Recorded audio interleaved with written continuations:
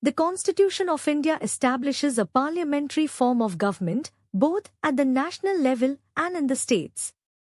This system is defined primarily in Articles 74 and 75 for the central government and Articles 163 and 164 for state governments. In a parliamentary system, the executive branch of government, which includes the Prime Minister and the Cabinet, is directly accountable to the legislature, Parliament, for its actions and decisions. This means that the government must maintain the confidence of the Parliament to stay in power. In contrast, a presidential system of government, such as that found in the United States, operates differently. Here, the executive branch operates independently of the legislature and does not have to answer directly to it for its policies or actions. The president, who serves a fixed term, is not dependent on the confidence of the legislature to remain in office. The parliamentary system is sometimes referred to as a cabinet government, a responsible government, or the Westminster model, named after the location of the British Parliament where this system was first developed. Other countries that use parliamentary systems include Japan, Canada, and Australia. According to political theorist Ivor Jennings, the parliamentary system is referred to as the cabinet system because the cabinet members are the central decision makers and hold the true power within this form of government. This system is marked by its accountability. The cabinet should be prepared to answer for its decisions to the parliament. If parliament loses confidence in the cabinet, it can lead to the resignation of the government. Historically, the British Prime Minister was known as the primus inter pares, which translates to first among equals, indicating that the Prime Minister was one of several key figures in the cabinet. However, in recent years, the role of the Prime Minister has become more dominant. Political commentators, such as Crossman and Mackintosh, have noted this trend, labeling the British system as a prime ministerial government. This characterization also applies to India, highlighting the growing influence of the Indian Prime Minister within the parliamentary framework. Furthermore, the Indian Constitution and its articles discuss not just the structure but also the functions of this government. Article 75 states that the Prime Minister is appointed by the President and must be a member of the Lok Sabha, House of the People, or the Rajya Sabha, Council of States. Article 74 further provides that the President must act according to the advice of the Council of Ministers, headed by the Prime Minister. In the states, Articles 163 and 164 establish similar frameworks, outlining how governors appoint chief ministers and how councils of ministers function. Each state's government mirrors the parliamentary setup of the national government, thereby reinforcing the principles of accountability and responsiveness in governance across India. In summary, the parliamentary system as enshrined in the Constitution of India is marked by the interplay between the executive and legislative branches, facilitating a framework wherein the government must remain accountable to the people's representatives in Parliament. This structure not only exists at the central level but is also echoed in the governance of states across the country. Features of parliamentary government in India.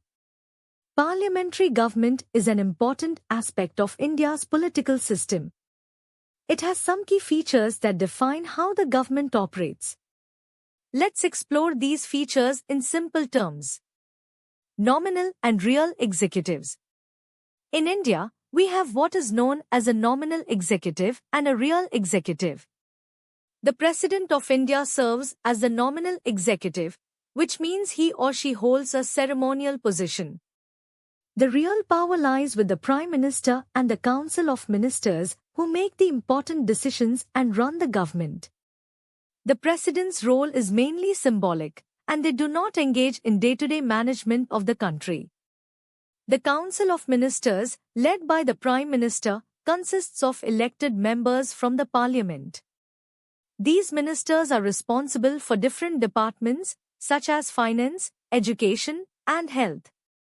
They do not only advise the President, but they are also accountable to the parliament, particularly the Lok Sabha, the lower house, for their actions and policies. Advisory nature of secretaries. Now, it's important to mention that there are non-elected departmental secretaries who assist the ministers. Known as the kitchen cabinet, they provide guidance and support to the ministers. However, these secretaries are appointed by the president and serve at his or her pleasure. They are not elected and do not hold any legislative power. While they advise the government, they do not bear direct responsibility to the parliament like elected ministers do. Separation of powers. In the parliamentary system of India, there is a distinction between the powers of different branches of government. However, unlike the American system where the roles of the legislative, executive, and judicial branches are entirely separate, in India, these functions are connected. In the US presidential system, the doctrine of separation of powers clearly divides responsibilities among the three arms of government. The legislature makes laws, the executive implements them, and the judiciary interprets them. In India, while these functions exist, the Prime Minister and the Council of Ministers are chosen from members of the Parliament, thus integrating the executive with the legislature. Relevant constitutional articles. Many of these features are laid out in the Constitution of India. The role of the President is explained in Article 52, which states that there shall be a President of India. Article 74 discusses the advice given by the Council of Ministers to the President. Moreover, Article 75 outlines how the Prime Minister is appointed and the composition of the Council of Ministers. The relationship between the ministers and the Parliament is governed by Article 75(3), which makes it clear that the ministers hold office during the pleasure of the President, but they are collectively responsible to the Lok Sabha. Overall, the parliamentary system of government in India is designed to ensure that elected representatives have the power to make and implement decisions, while the President acts in a ceremonial capacity. This framework promotes accountability and is intended to reflect the will of the people through their elected representatives. Advantages of the parliamentary system in India. The parliamentary system of government has several important benefits that make it effective and adaptable. Here are the key merits explained in simpler language.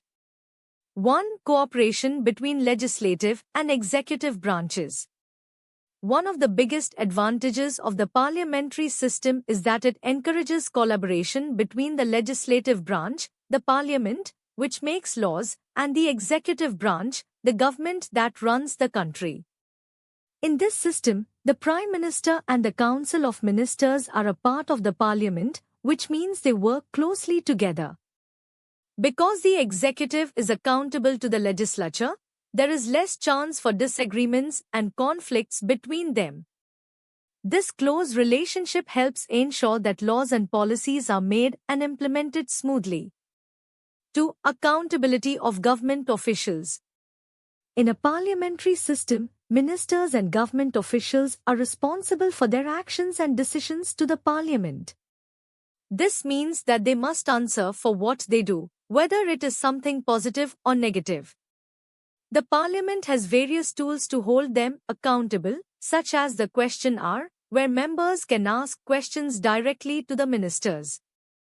Other procedures, like motions for discussions and votes of no confidence, allow Parliament to monitor the executive's performance effectively.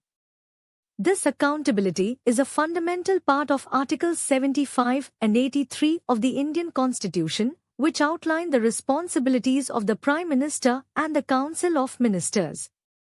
3. Prevention of dictatorship. Another significant advantage of the parliamentary system is that power is not concentrated in the hands of one person. Instead, executive power is held by a group of individuals, known as the Council of Ministers. This system prevents any single person from becoming too powerful or dictatorial, as multiple ministers share the responsibility of governing. Furthermore, if the government loses the support of the majority in parliament, they can be removed through a vote of no confidence, as stipulated under Article 75 of the Indian Constitution. This mechanism helps protect democracy and ensure that the government remains responsive to the needs of the people. 4. Availability of alternative government. In situations where the ruling party no longer has a majority in the parliament, the head of state, usually the president, can invite the opposition party to form a new government without the need for new elections. This means that there are alternatives available, and the country can quickly move forward with a new government. Dr. D.C. Jyoti, a noted constitutional expert, even pointed out that the leader of the opposition in parliamentary systems serves effectively as an alternative prime minister due to this arrangement. This is crucial for political stability and quick transitions when necessary. 5. Representation of all sections of society. The parliamentary system allows for a broad representation of different parts of society within the government. Since ministers are often elected representatives from various regions and communities, this system helps ensure that various voices and interests are included in the decision-making process. The Prime Minister has the discretion to choose ministers from different backgrounds and regions, thus promoting overall representation. This diversity helps make governance more inclusive and responsive to the needs of the citizens. Conclusion. The parliamentary system plays a vital role in Indian governance, bringing together cooperation, accountability, representation, and safeguards against the concentration of power. Understanding these merits can help citizens appreciate how their government operates and the protections in place to support a functioning democracy. The structure outlined by the Indian Constitution not only supports these principles but also ensures that the government remains connected to the people it serves. Demerits of the parliamentary system in India. The parliamentary system of governance in India has some advantages, but it also comes with several drawbacks that affect its effectiveness. Understanding these challenges can help us grasp the complexities of how our government operates. Let's look at these issues in detail. One significant drawback of the parliamentary system is its potential for unstable government. In this system, a government may not always last its full term. The ministers, who are members of the government, depend on the support of the majority of lawmakers, members of parliament, to stay in power. If a no-confidence motion is passed, or if there are defections, when members of a party change allegiance, or if coalitions become unstable, the government can collapse. There have been numerous instances in India, such as the governments led by Morarji Desai, Charan Singh, V.P. Singh, Chandra Shekhar, H.D. Deve Gowda, and I.K. Gujral, where such instability was evident. Another issue is the lack of continuity in government policies. Since the tenure of a government can be uncertain, each new ruling party often makes changes to the policies put in place by its predecessors. This instability makes it hard for long-term plans to be followed through. For instance, when there is a change in the Prime Minister, who is effectively in charge of the executive branch, there is frequently a corresponding shift in the direction of government policies. While the President, as head of the state, plays a ceremonial role, the Prime Minister, appointed by the President, is the head of the actual government.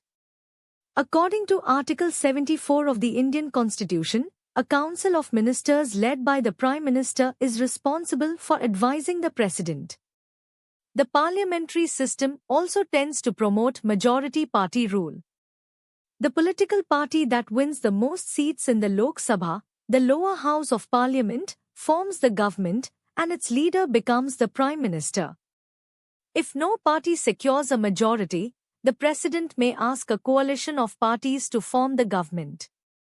This situation, while practical, can lead to the marginalization of smaller parties and hinder diverse representation in the government. Collective responsibility is another key feature of this system, which can be seen as both a strength and a weakness. As outlined in Article 75, the Council of Ministers is collectively responsible to the Lok Sabha. This means that if the Lok Sabha passes a vote of no confidence against the Council, the entire government must resign. While this system promotes accountability, it can also lead to a lack of individual responsibility among ministers. Political homogeneity is often observed within the cabinet, as most ministers belong to the same political party and share common beliefs. In coalition governments, consensus is necessary, which sometimes stifles differing viewpoints. This can limit robust debate and innovative policymaking, as differing ideologies may clash. Additionally, the feature of double membership complicates governance. Ministers must be members of both the executive branch, the government, and the legislature, parliament. According to the Constitution, if a minister does not win a seat in parliament within 6 months, they automatically lose their position. This dual role can cause conflicts of interest and challenges in governing effectively. The role of the Prime Minister is critical in this system. The Prime Minister serves as the chief leader of the Council of Ministers, leader in Parliament, and the leader of their political party.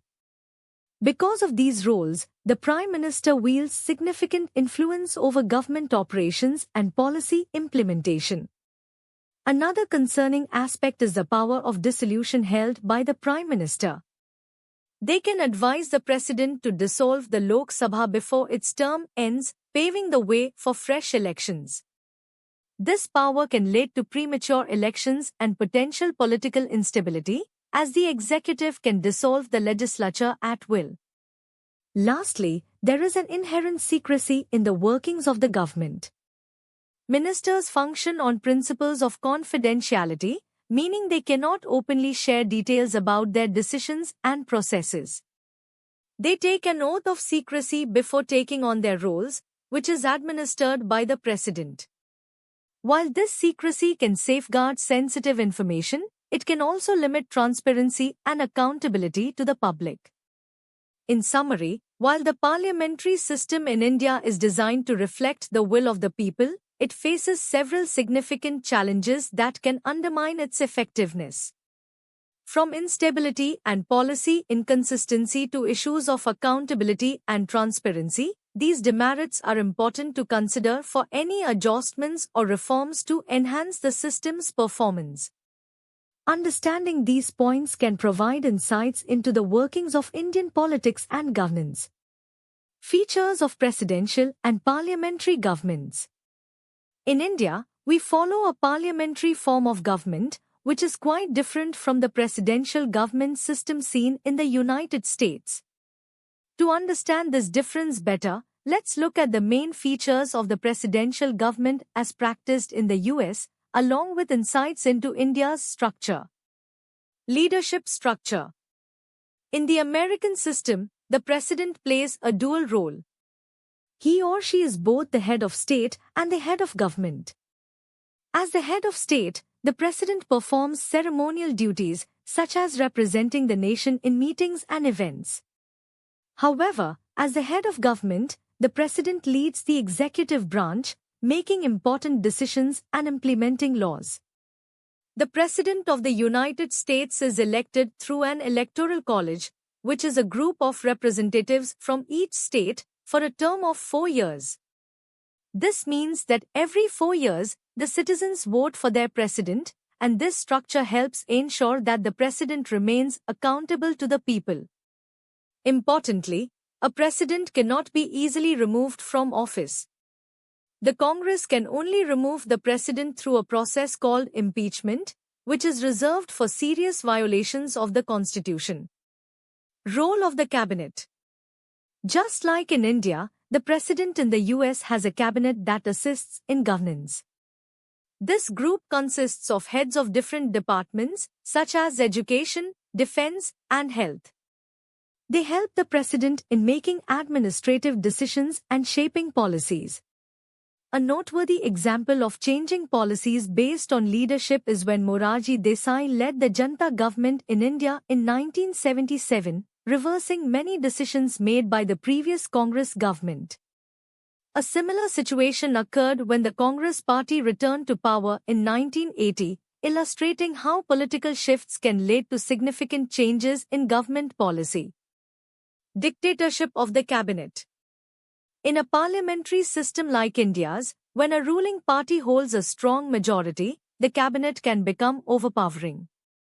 Critics argue that this majority can lead to dictatorship of the cabinet, where the cabinet leaders exercise excessive control, limiting checks and balances. This concern has been raised by political thinkers like H.J. Lasky and Ramsay Muir, who pointed out that a parliamentary system can risk tyranny.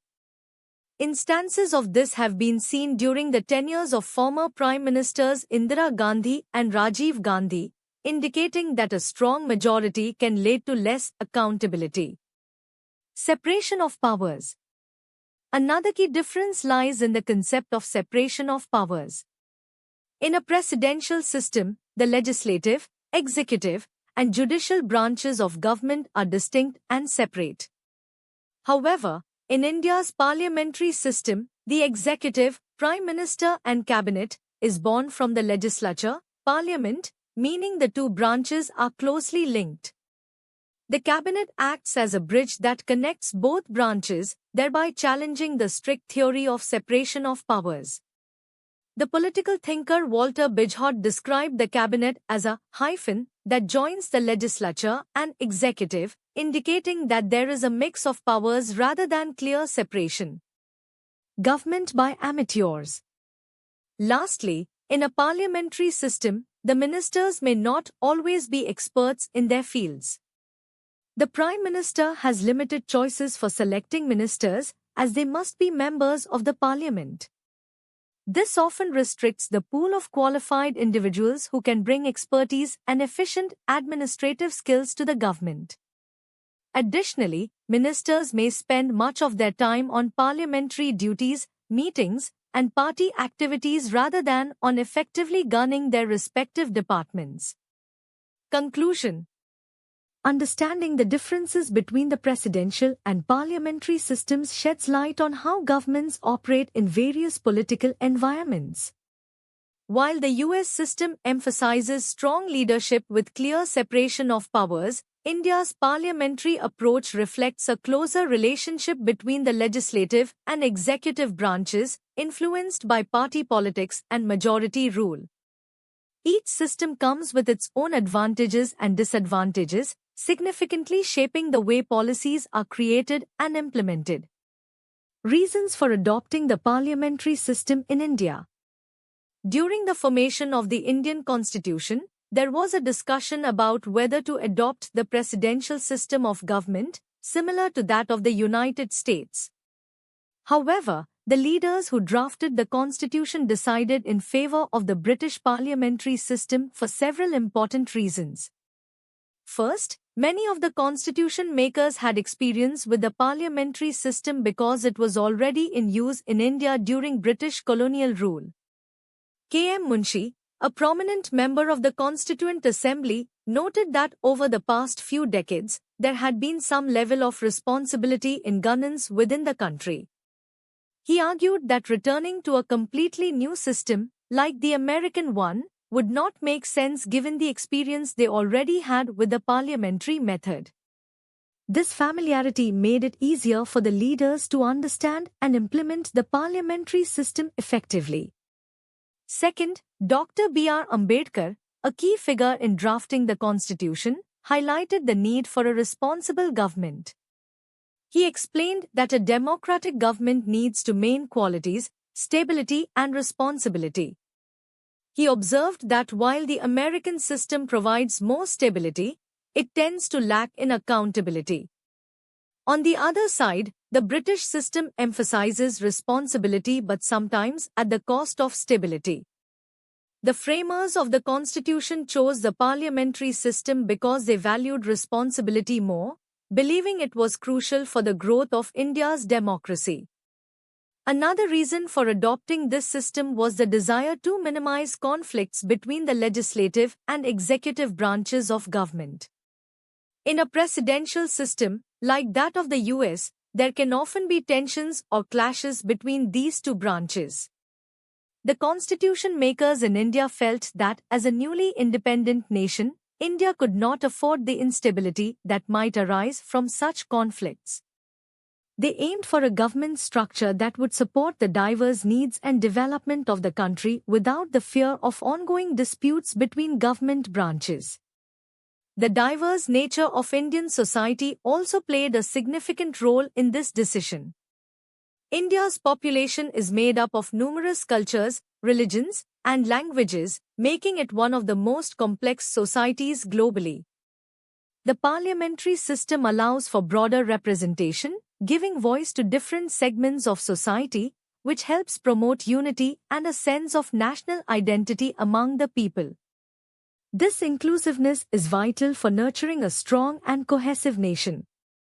Since the 1970s, there has been ongoing discussion about whether to maintain the parliamentary system or switch to a presidential one.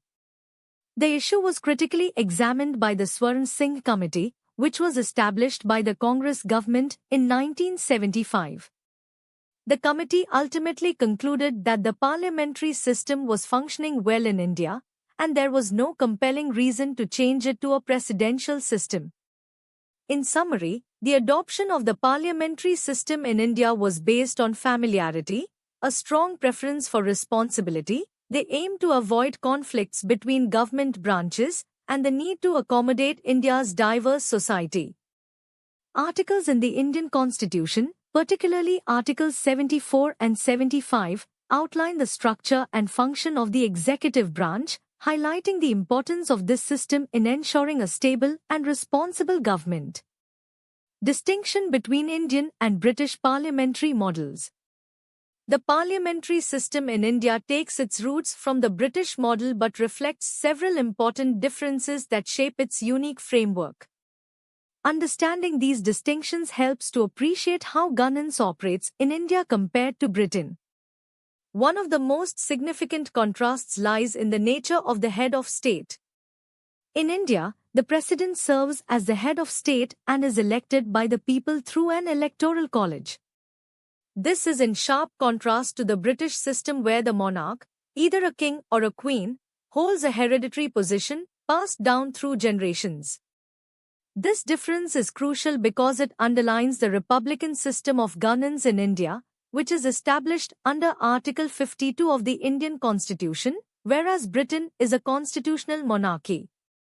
Another important difference is in the concept of parliamentary sovereignty. In the British system, Parliament is considered sovereign, meaning it has the ultimate authority, and no laws or decisions can challenge its power. Conversely, in India, the Constitution is the supreme law of the land, as stated in Article 13, ensuring that Parliament operates within the limitations set by the Constitution. This framework includes a federal structure, the ability to review laws through judicial review as outlined in Article 32, and the safeguarding of fundamental rights as enshrined in Part 3 of the Constitution. Furthermore, the role of the Prime Minister also shows notable differences. In Britain, the Prime Minister is mandated to be a member of the House of Commons, the lower house of Parliament. However, in India, the Prime Minister can be chosen from either House of Parliament, which includes the Lok Sabha, House of the People, or the Rajya Sabha, Council of States. This flexibility allows India to appoint a Prime Minister who may bring different experiences and perspectives from either house.